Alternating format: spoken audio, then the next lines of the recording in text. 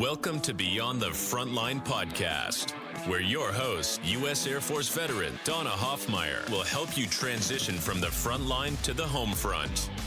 Listen every other Wednesday as we'll bring great conversations, resources, tips, and feel-good stories that will resonate and relate.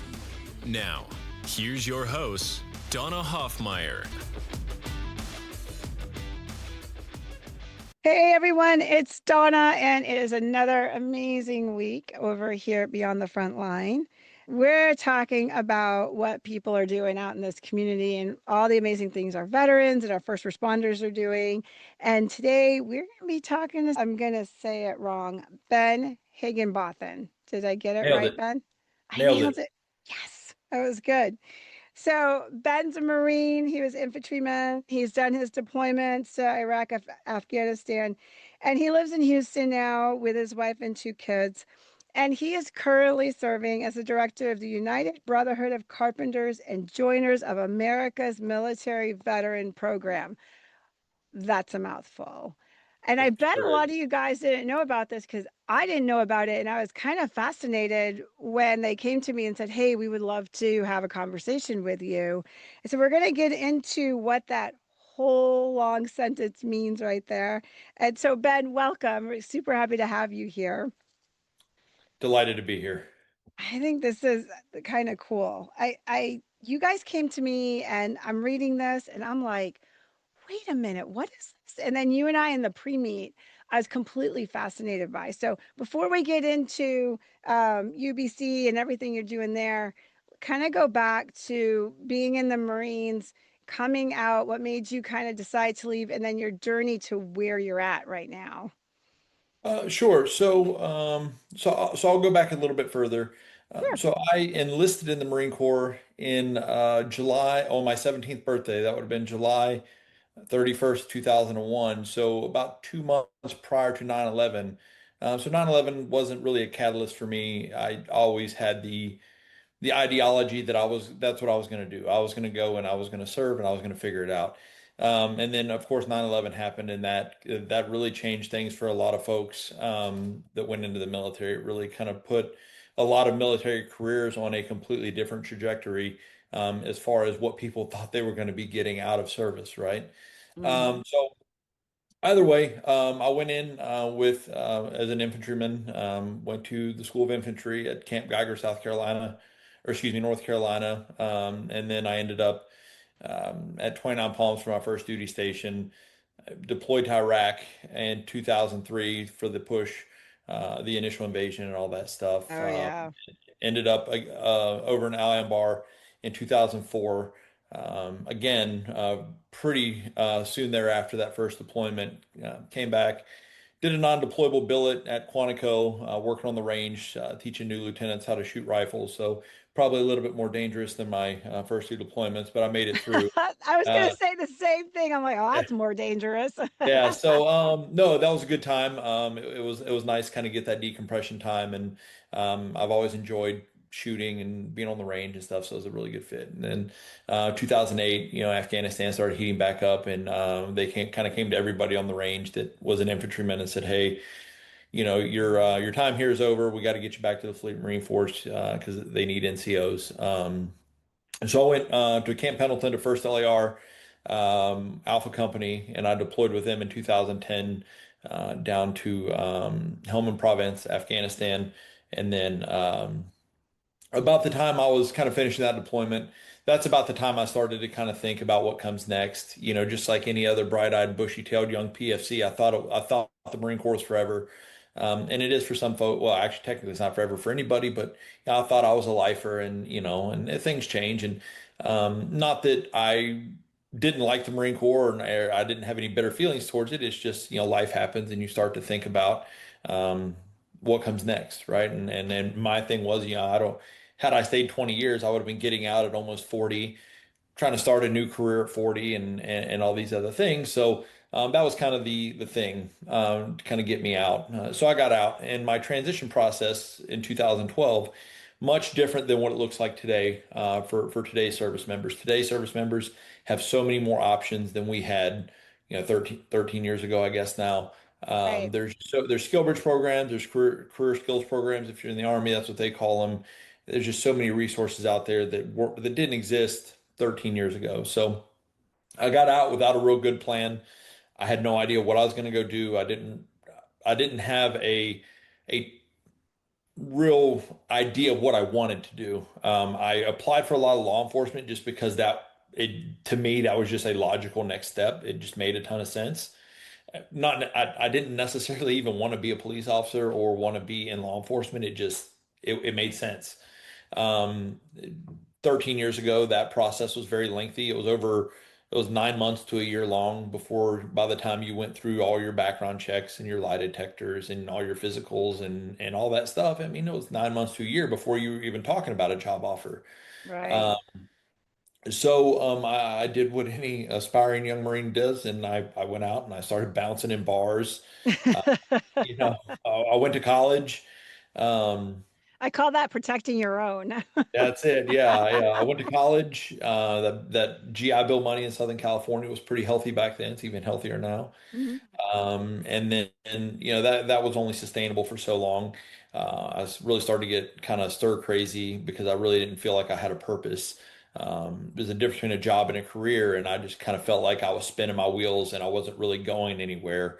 So I ended up creating a profile on Recruit Military, they're very well known these days. They help service members that are getting out find jobs, write resumes. There's just a ton of resources that they do, and not they're not paying me to plug them or anything, but that they wrote me a really nice resume.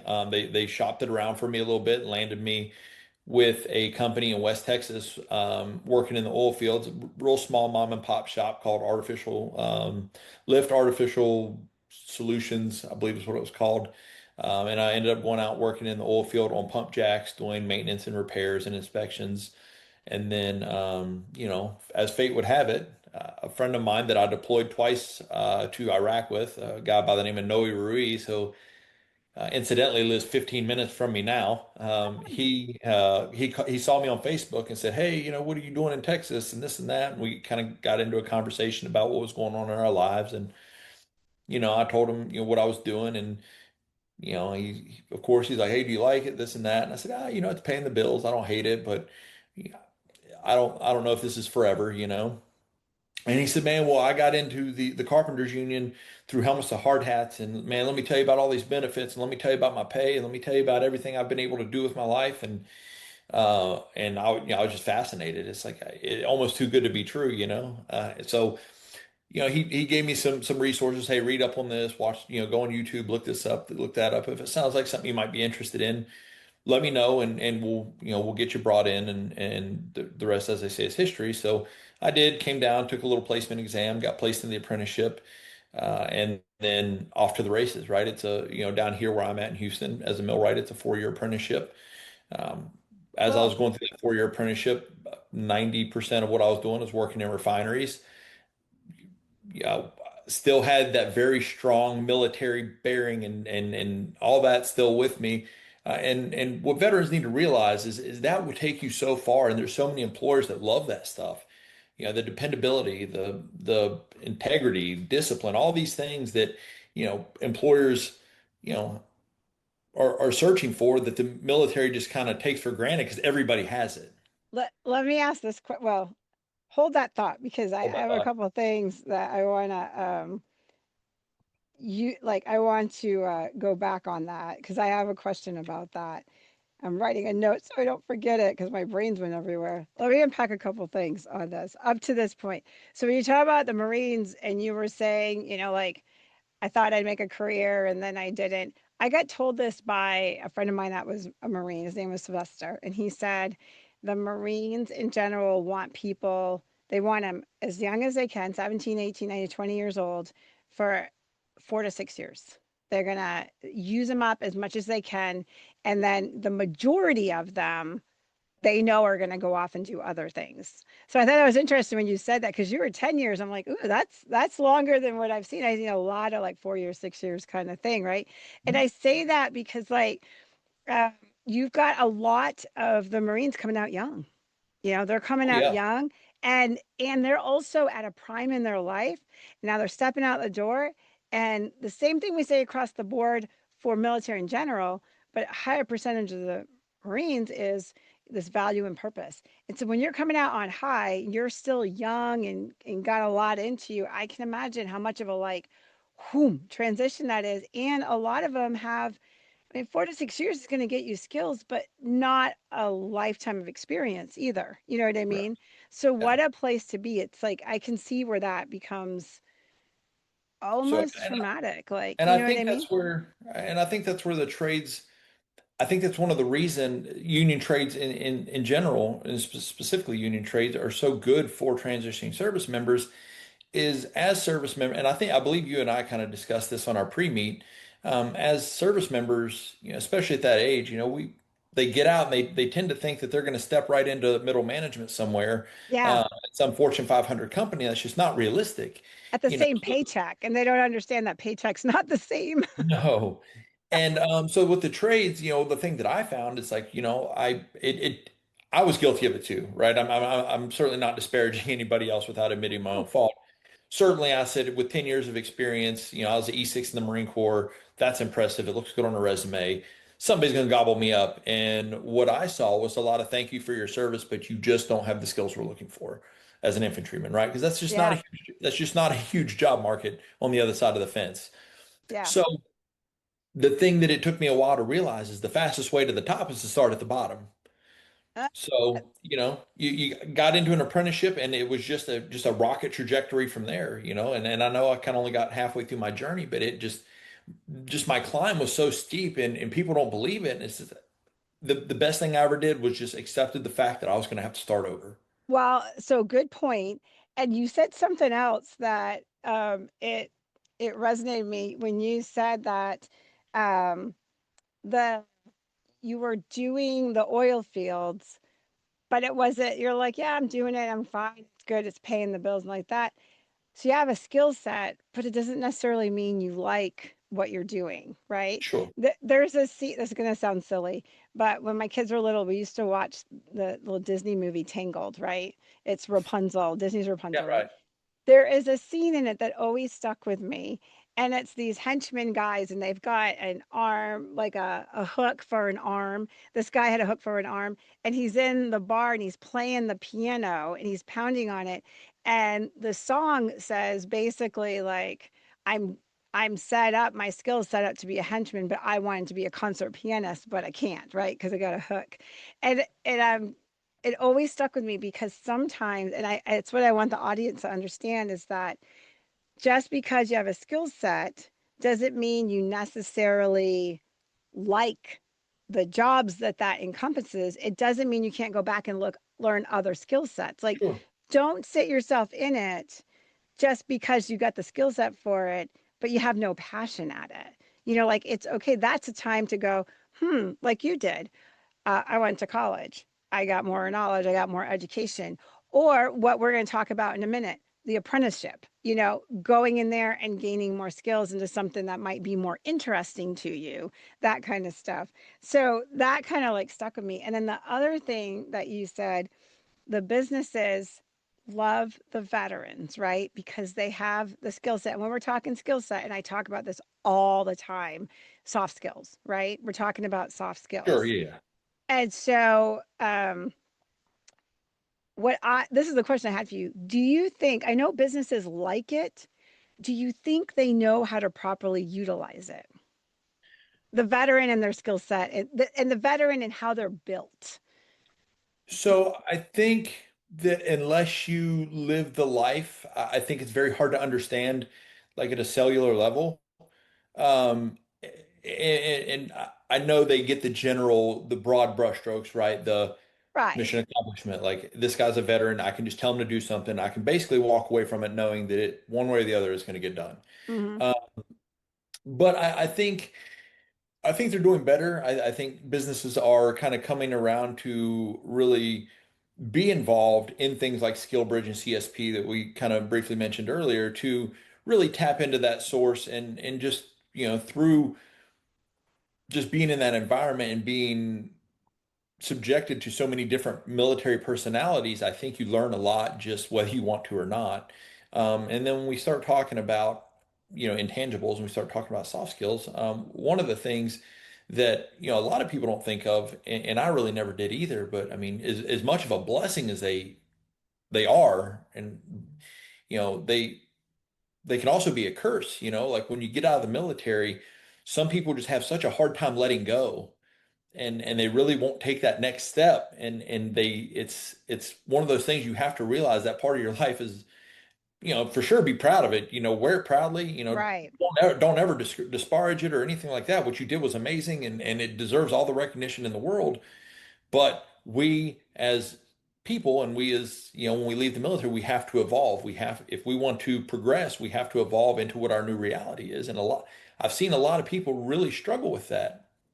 And, it's, you can't, and I know you and I had this conversation, and I won't repeat some of the things we said in private on the phone, but you can't communicate with people the same way either. You can't. You When know, you're it's, one of the things that I've always said, and when I say this, and I say this to the audience, I am not saying this is a bad thing. I am just saying I noticed a little bit of a trend, and it's just by observation that if I walked in a room, I could pick out, if I walked in a room of veterans, I could pick out probably 70 to 80% of them that did not have a full career.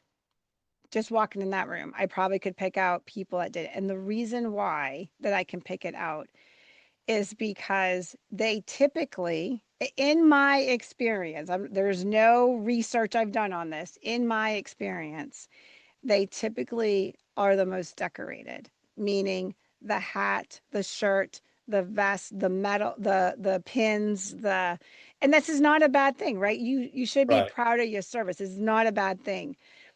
But what I also say to that is that they are also, if I talk to them, the people that didn't choose to end their service. There is a high percentage of them that like left because of medical. Mhm. Something happened that they had to cut their time short before Sure. they wanted to, versus somebody like when I closed my door, I closed my door. I Mhm. explained it to the general and everything, why my door got closed. I chose to do that. It was time for me to go, and I retired, but I made the choice, right? Right. So when people leave, whether it's retirement, whether it's separation, whatever, if it is not their control, I personally think they have a harder time letting that go because there's a grieving process, right? And everybody's grieving process is different. It could be a month, a year. I've seen never, you know. Uh, Um, I guess you could relate it to divorce, right? The one that files for divorce usually has an easier time, right? that really, it's really true. Like they have that easier time. Again, I am not knocking anybody that wears the hat, that wears the shirt, that proudly says they're Marine, Air Force, Coast Guard, whatever it is. I'm not knocking any of that. What I'm saying is that those attached, what comes behind that is that I see those people are struggling a little harder for that. And I agree with what you're saying is like honor what you're doing. Absolutely. You gave a lot, but you also have to put it in its place and go, okay, I'm going to put that there, but I'm going to take all those skills I learned out of it and I'm going to go utilize that for something else, whatever that is, Absolutely. right? Which leads me to one option is what you're doing because I am so fascinated when I hear carpenters union. I'm like, I couldn't, like I have the idea of union and fighting for pay, and I think of unions, right? Like that whole thing, getting more pay, getting more benefits, getting whatever.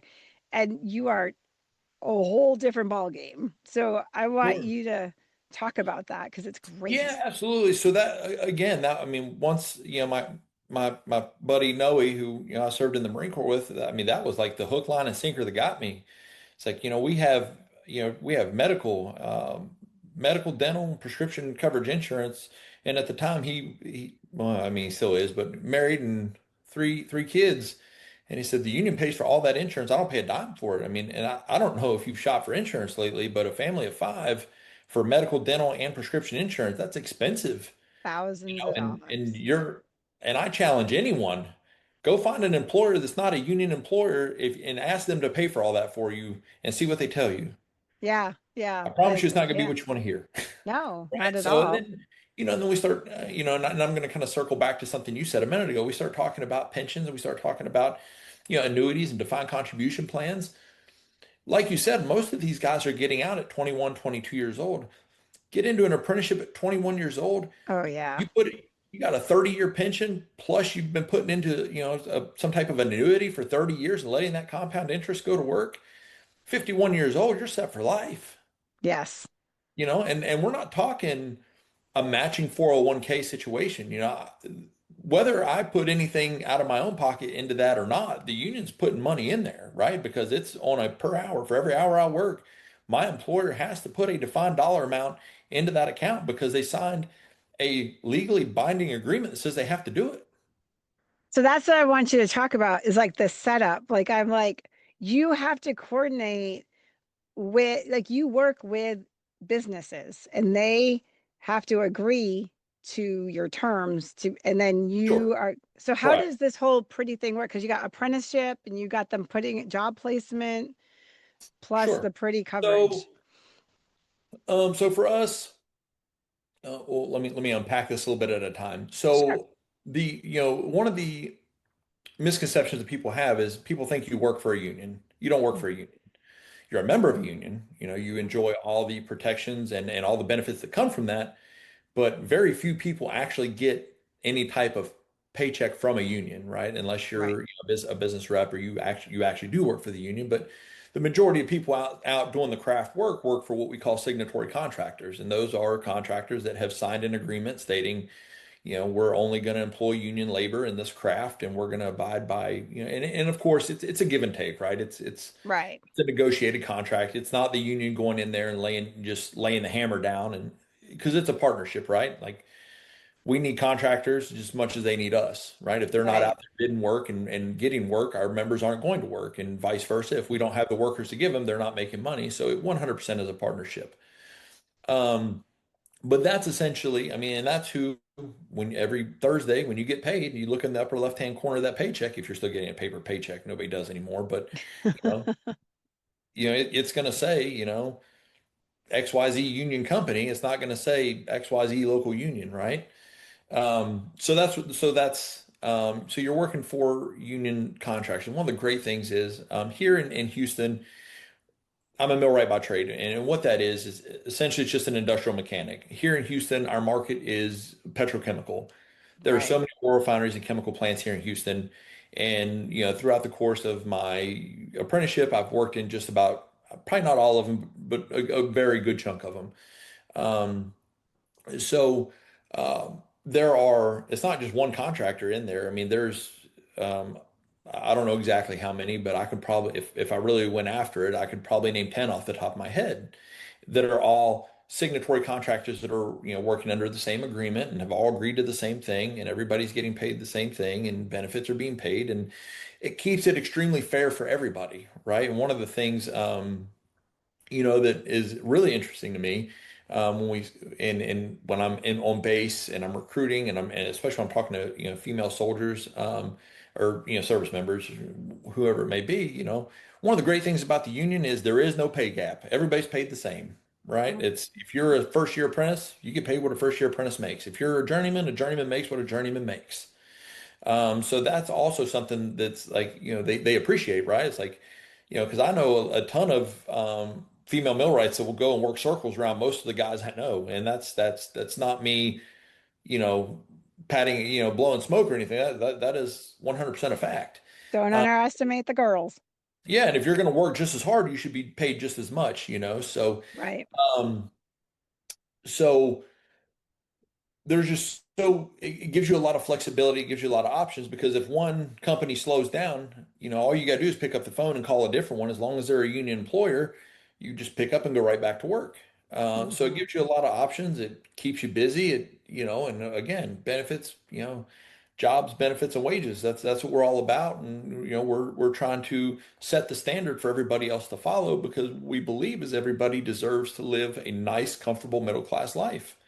Nobody should struggle to pay bills. Nobody should struggle to put food on the table. You should never have to decide between eating dinner or paying for medicine. I mean, that's Yeah. ridiculous. We're seeing a lot of that too. I Right. I run mean, a nonprofit, and you know, we're and seeing it.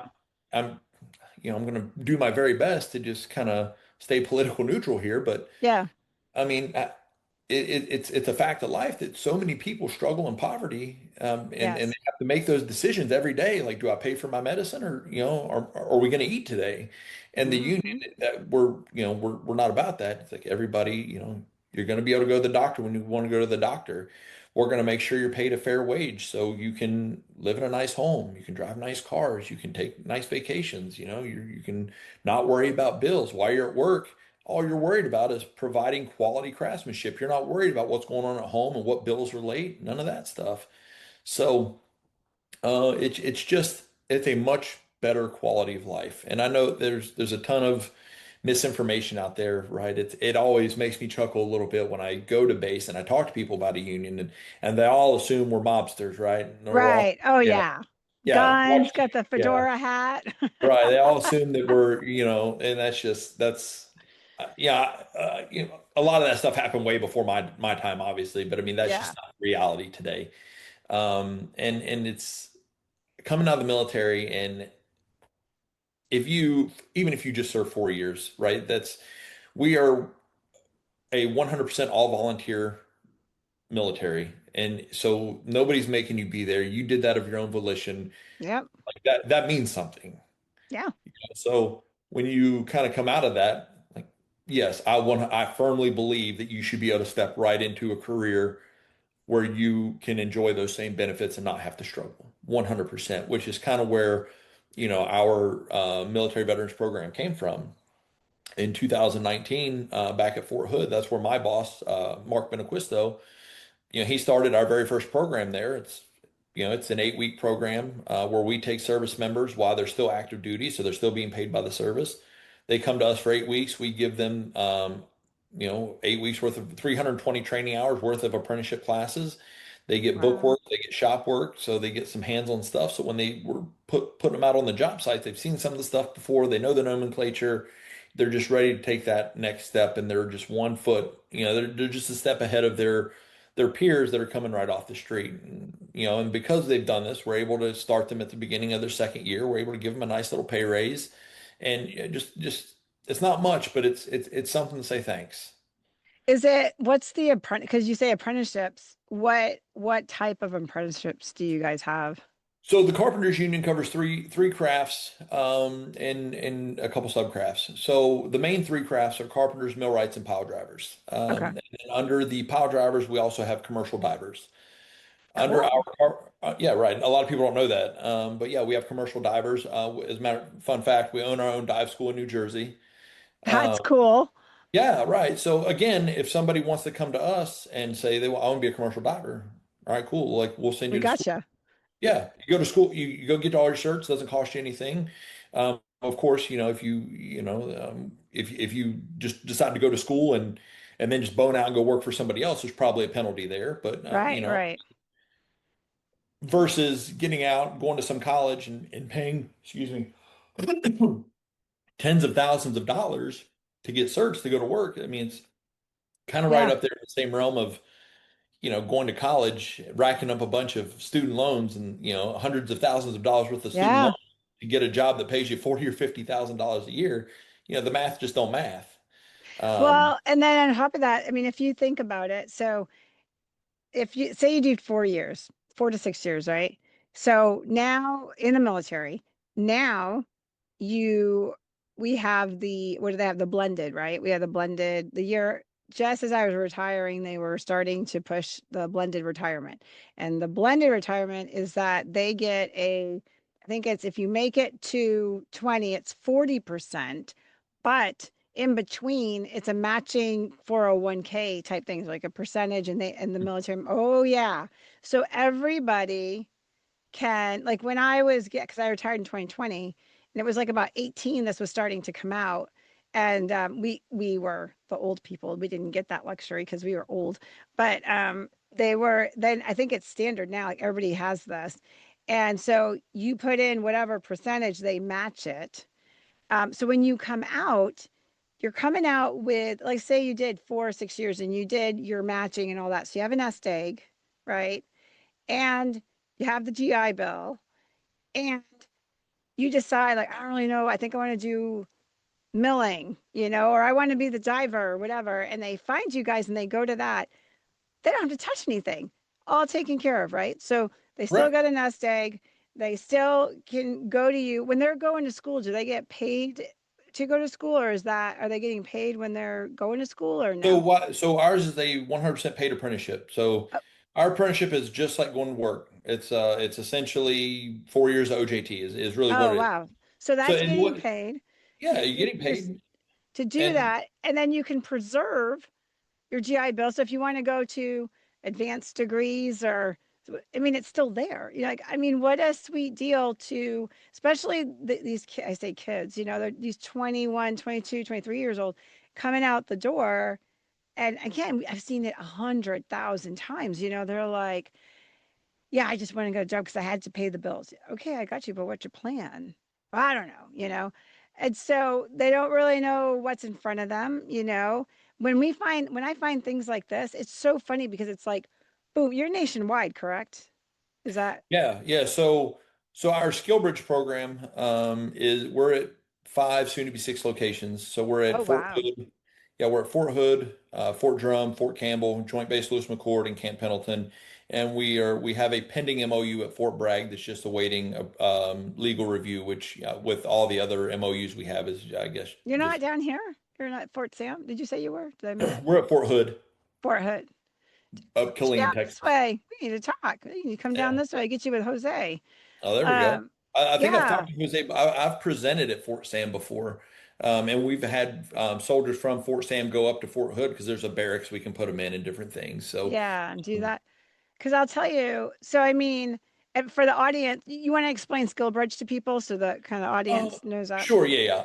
So what SkillBridge is it's a program that the DoD came up with to allow service members to basically go get employment skills training. So when they get out of the military, they have something other than those soft skills we talked about. They have something tangible. They have, whether that be, IT certs, or in our case, they've, knocked out the first year of their apprenticeship class. There's CDL programs. I mean, there's a ton of stuff out there. Right. Um, so again, back to what I said, in their last 180 days, they can go and do these programs. And then once they get out, your mileage may vary by program. In the case of our program, guaranteed, you're going right into a paid apprenticeship. Benefits are there. We've taken all the stress off of you. You don't have to worry about it anymore. We do nationwide placement. You can go wherever you want to go, no questions asked. They can't say no. You're done. You're taken care of. You can go home, tell your wife, hey, I got it. We're good. Or your husband, whatever the case may be.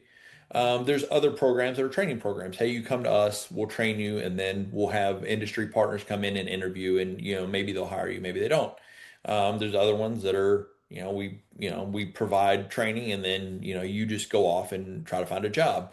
So again, Many paths. I have my personal beliefs about what it should take to be one of those programs. If you can't guarantee a job or a career, you shouldn't be there. Yeah. If you can't figure out how to eliminate the cost for the service member, you shouldn't be there, because there are programs that have figured it out. The UBC is so committed to our veteran success that it was well over $1 million last year that we spent out of our own pocket to make sure these veterans were being given this training and were guaranteed these careers. And the only thing we asked them is come to school for 8 weeks, have a good attitude, have a good work ethic, be ready to learn, and then we'll take care of you literally for the rest of your working life. Yeah. I mean, And what a then, sweet deal. right. And I think one of the things we have going for us is I think we're starting to see a shift of people that are starting to realize that college isn't necessarily the Hmm. the the, the almighty Oz that it was made to be for our generation. Right. And Yeah. I'm starting to see that there's so much money in trades, especially union trades, um, Do you, that do you think AI is influencing that too? Like with the modern, like with technology coming and eating away at things? so I do think that, yeah. So I think, again, I did mention there are IT programs and things like that, but if I'm a service member right now and I'm getting out and I want to get into, for whatever reason I want to get into IT, I mean, I'm thinking, how sustainable is that? How long is it before IT is kind of doing all these jobs, and I'm becoming obsolete because they don't necessarily need a human brain anymore. I don't know how much you mess around with Chat GPT and some of the other things that are out there, but I mean, it's, Powerful. even just for like your basic run of the mill civilian user, it's amazing what you can make Chat GPT do, even when you don't know what you're doing. Oh yeah. Uh, Dangerously easy on that stuff. yeah, so Yeah, it's just like until you teach a computer how to swing a hammer, or exactly. and the T-1000s aren't arising anytime soon, so I think we got Skynet at bay. Uh, Old Terminator reference. That's right. So it's longevity, right? It's job security. I mean, there's just so much stuff coming. We have a project starting outside of Syracuse, New York, one of the Micron centers, at least 10 to 15 years worth of work. And Wow. it's just there's just and it's only going to get better. That's what we're trying to do. We're trying to get into these military installations, and we work with veterans programs too. I know I'm kind of hammering that active duty demographic pretty hard, but we work with helmets to hard hats for guys that have been out, and we also offer our skill bridge program to veterans been out 10, 12, 15 years. It's still free of charge to them as well. Really?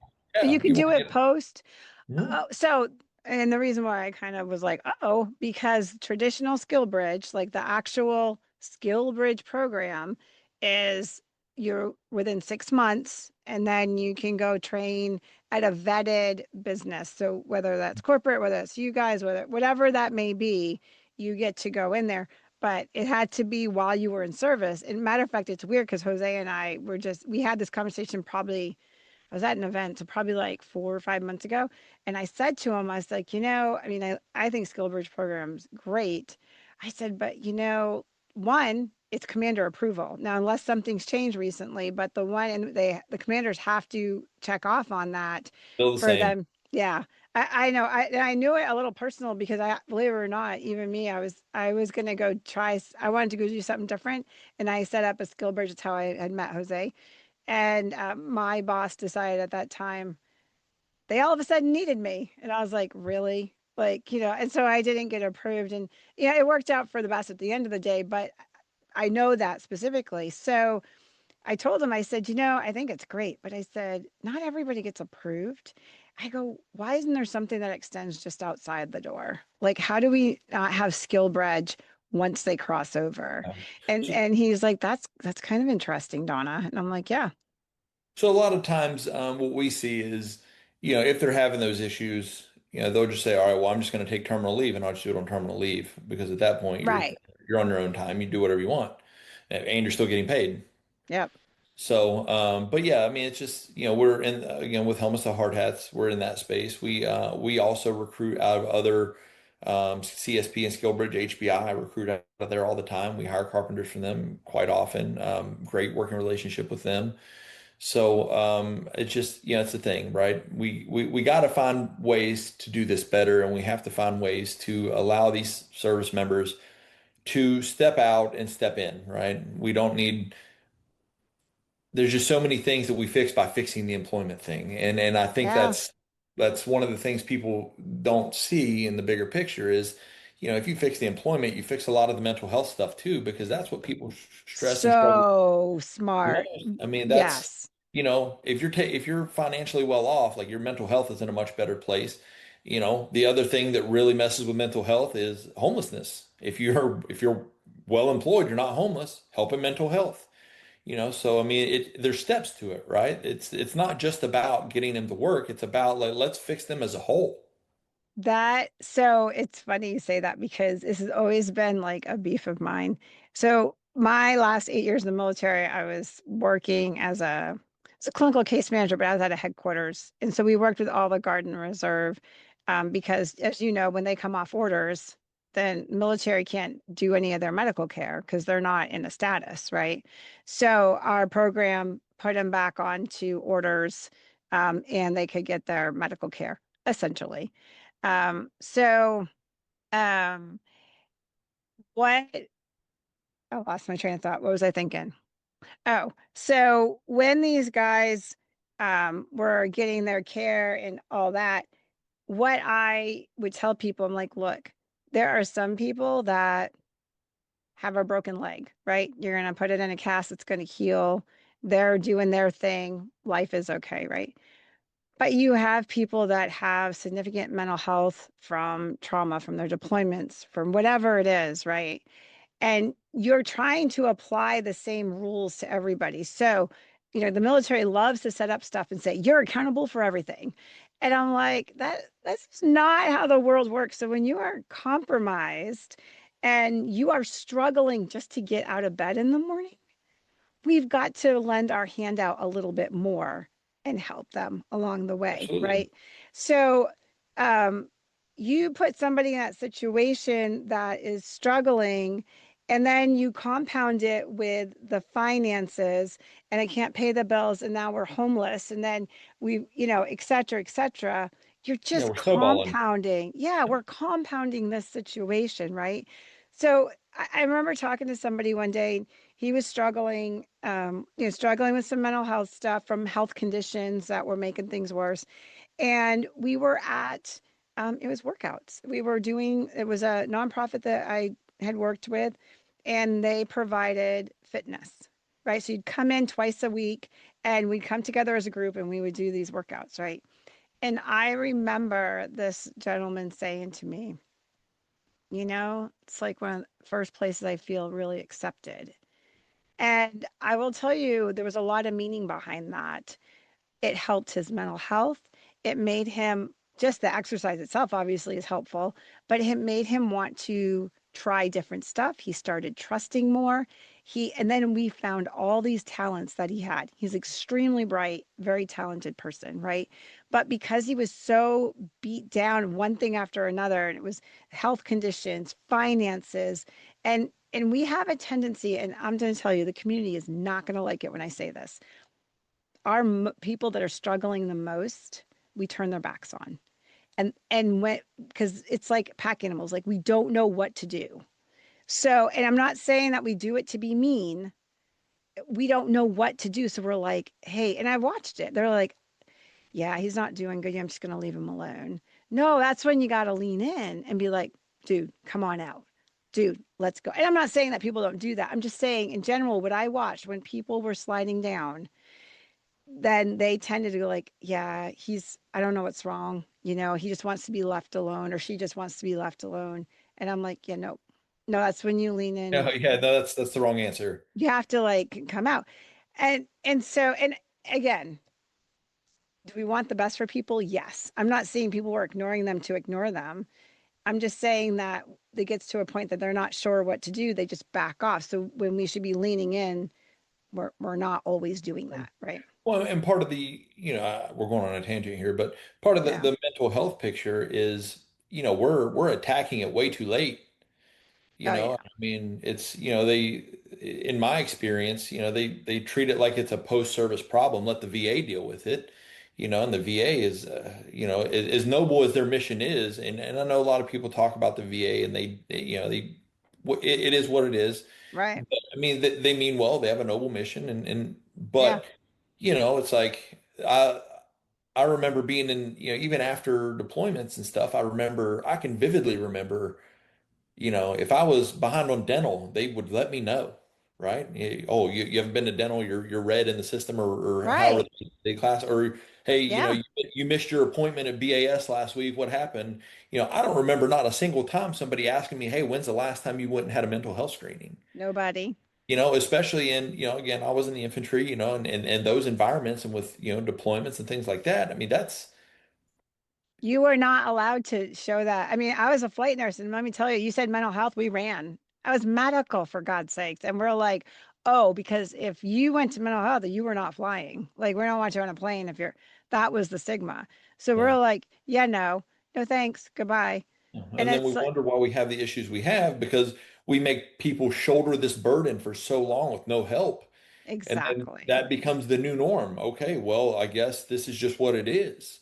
And we're still, the things that are good that are happening, I will say this, and I've seen this, the leadership, the ones that are getting brave and stepping forward saying, I needed mental health care. I went to mental health to talk, to decompress, to try to find solutions, to heal, to whatever.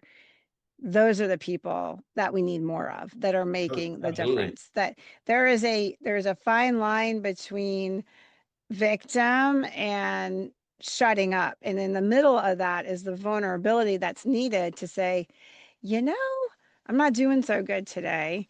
I'm going to go talk to someone. And that is okay. Right. Because when you just say, suck it up, and that's the end of it, it it's going to affect you. When we had the floods out here in Over the summer.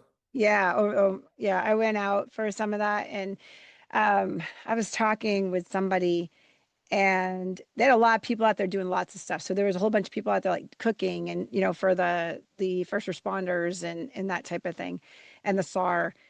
And I don't know the entire story, but what I do know is that some of the people that were out there that were not trained search and rescue people, that were not first responder people, were asked, we need help looking for whatever. And one of the people went out and he found a child, not Yeah. in a good situation. I'm not even going to say it because it's too hard.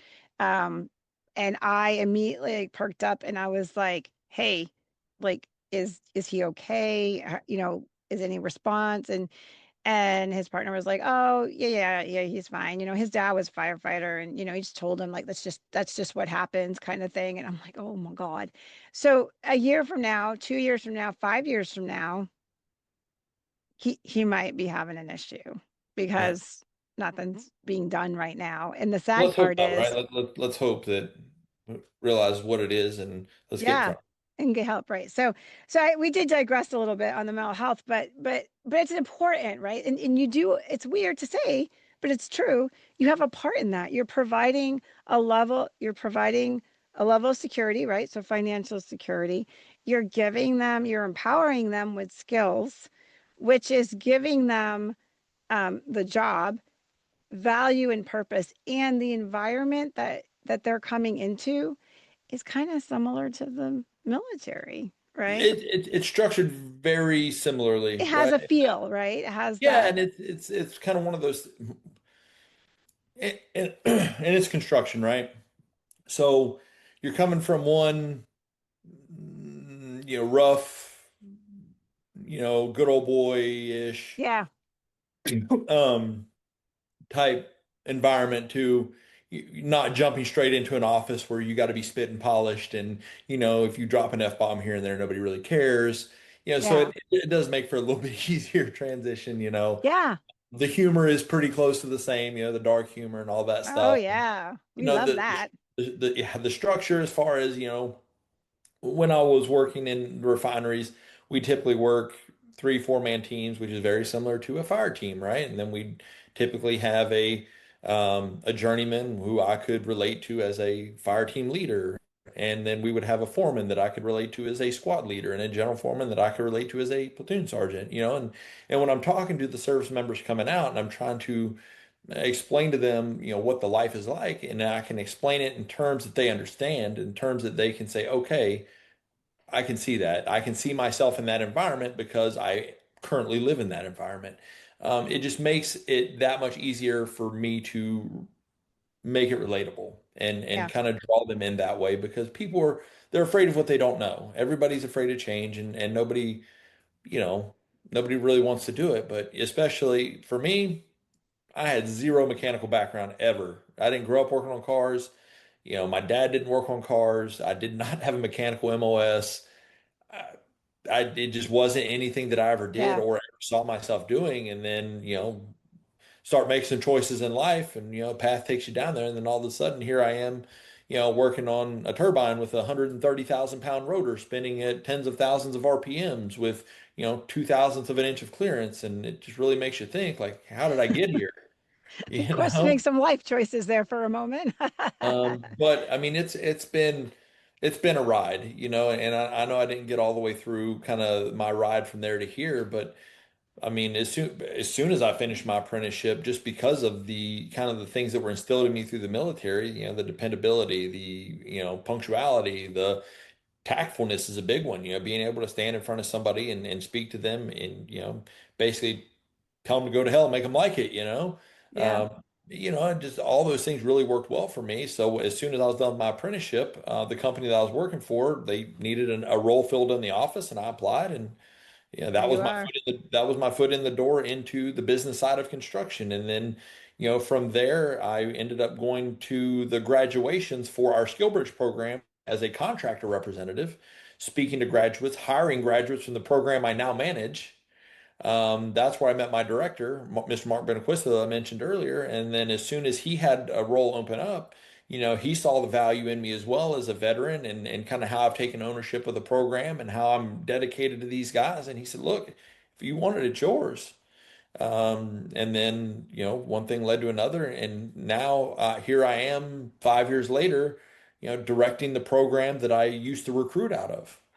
And I tell people all the time, like that's a perfect path because I tell people, I'm like, look, the good jobs are not on Indeed and USA jobs. No. The good jobs, I mean, that's a good place to start. I'm not telling you to go look and not start somewhere, but the job that you want to obtain, one, like you said, you've got to start somewhere. And then when they see the value in what you're putting forward, and you're talking with people, and you're doing that networking kind of stuff, just being you. Like, you don't, I tell people all the time, like, there's nothing to sell. Just be you. Like, if you are, you be punctual, and if you're not, become punctual, like, make these choices, let people see who you are, and the rest falls into place. And I know that sounds really simple, but there's truth Yeah, in it. well, I read an article, it's probably been a couple years back now, and it was talking about, kind of upper level management jobs and how people get those. And, people, like you said, people don't get those from Indeed. I mean, that most of those jobs are filled through networking, and that's why LinkedIn became so popular so quickly. Even it's not really used for that anymore. Now it's just a No. glorified Facebook, but. Yeah. uh, Yeah.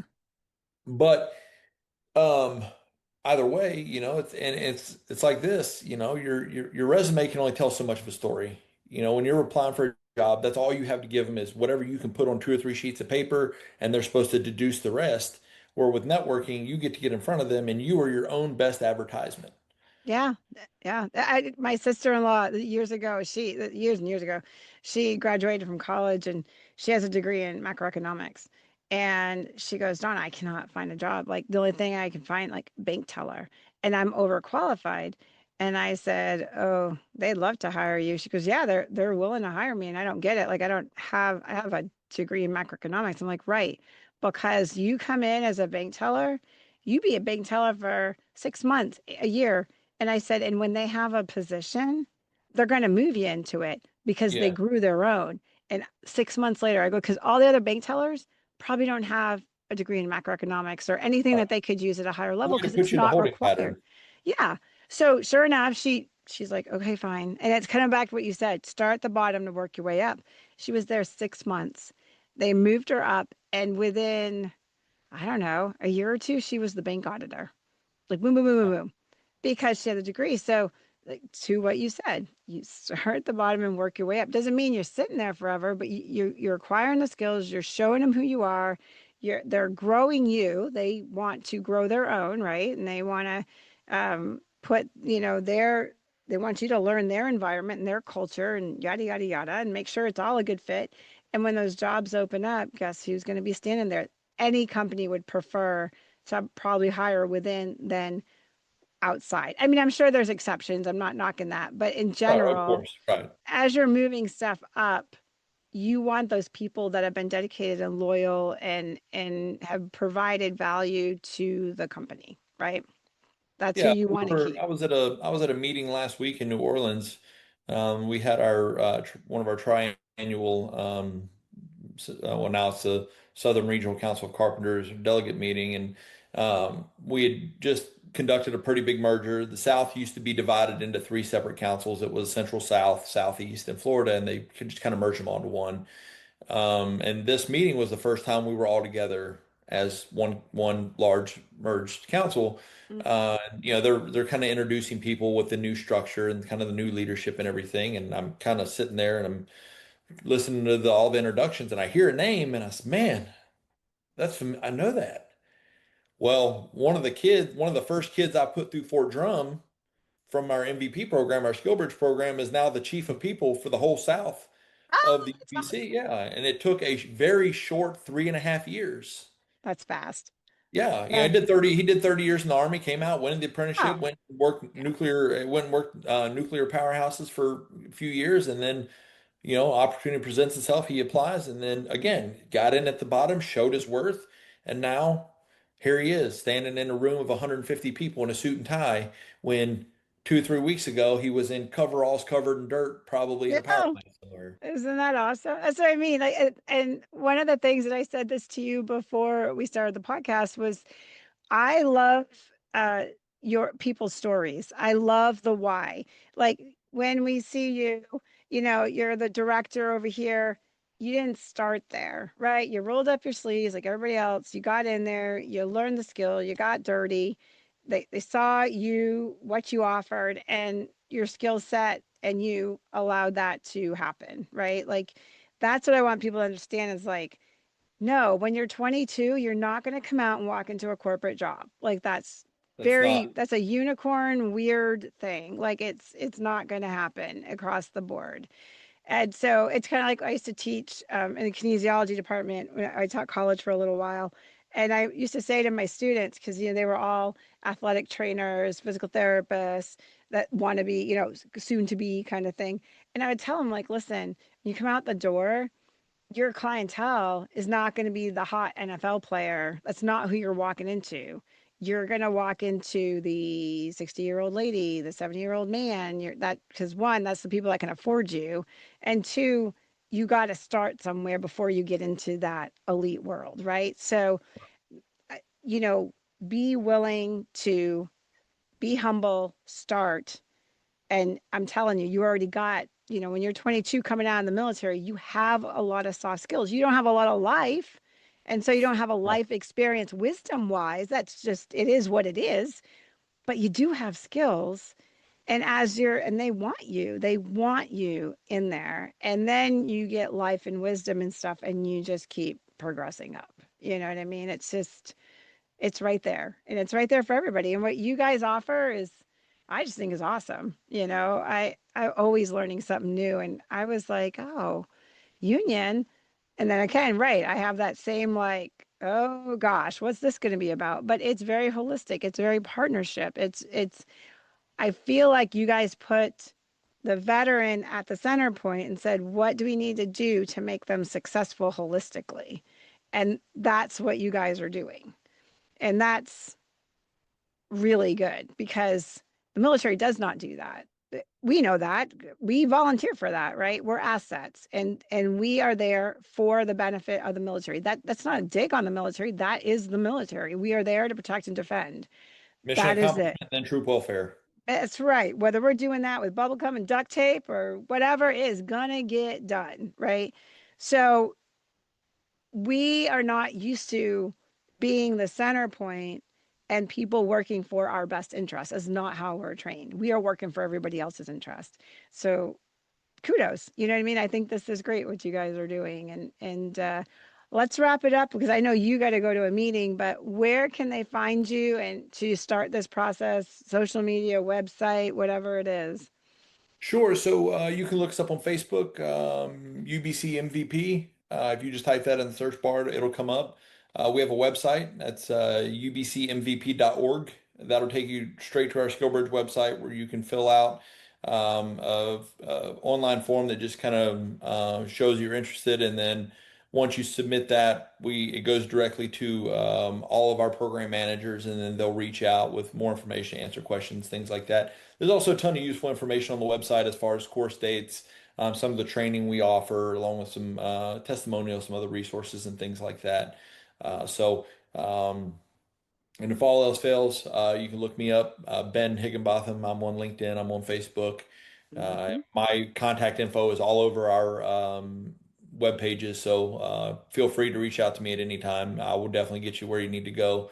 And then, like I said, we're at 5 locations now. If you're at one of those, you can go straight to the CSP office or the Skillbridge office. They have all of my contact info.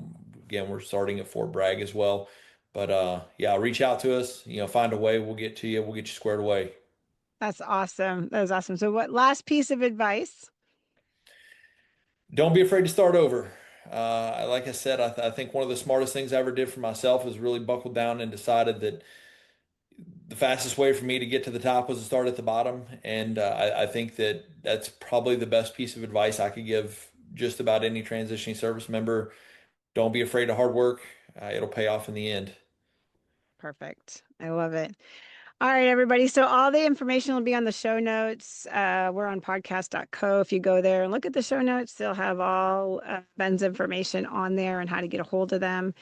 My last piece of advice is kind of along the lines with Ben. Like, don't be afraid to start over. And learning is fun, right? And I think it's fun to be the new person sometimes because I'd be like, I don't know. I like saying I don't know when I'm the new person and just get to learn. It's a great place to be. So that's it for this week. So from all of us here at Beyond the Frontline, we hope you love this show. And if you do, if you could share, like, I even asked to give a review. The more we have likes and shares and reviews, the further this gets pushed out. Because honestly, it's all about you guys. We are volunteer from top to bottom. We do this because we feel it is really important. So the more you guys share and the more people that are getting involved and engaging, the more the information gets out. And then all these awesome guests that come on, then hopefully they get more interaction too. And that's our goal. So from all of us here Beyond the Frontline and our parent podcast, Coming Home Well, we hope you have an awesome, awesome week. Thanks for listening to Beyond the Frontline,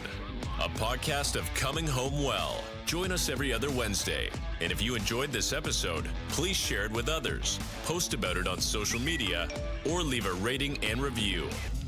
Thanks again. And until all are home and all are well.